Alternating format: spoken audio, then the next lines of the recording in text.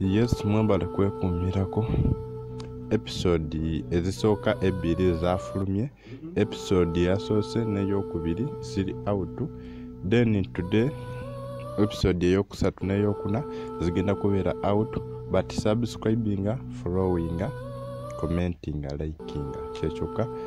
N'ekirala series zino zirimuko obuzibuzibu, sisuubira nti buzibuzibu erimwe. Episode ezimu like episode 3 ne episode 2 mwagirabye. Video ezimu oba seriemu oba episode emu etambulako dakika 5 then remaining part like 5 minutes eyo nejanga single movie endala, but zona zijja olunaku lumu.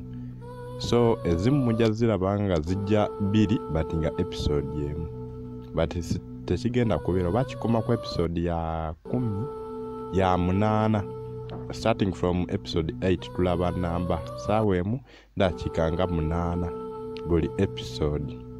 Mwebale kwekumirako mu keepinga mu subscribinga mu likinga.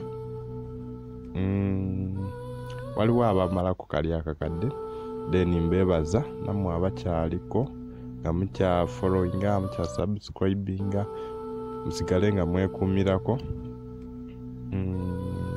Kano kalina episode 58 kyemanyi, but twakatandika ejjo twatandise esoose n'eyokubiri, leero 3 ne 4 bwekityo ekigenda okuba nti kitambula buli lunaku episode 2, but olumu tujja funanga emu olw'embeera eteebereka tusobola ofuna emu, but episode 2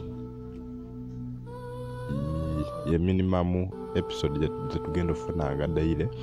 Mwebale ku subscribinga, mwebale ku likinga, mwebale ku commentinga, mwebale kwekumira wano ku Jinya Media TV.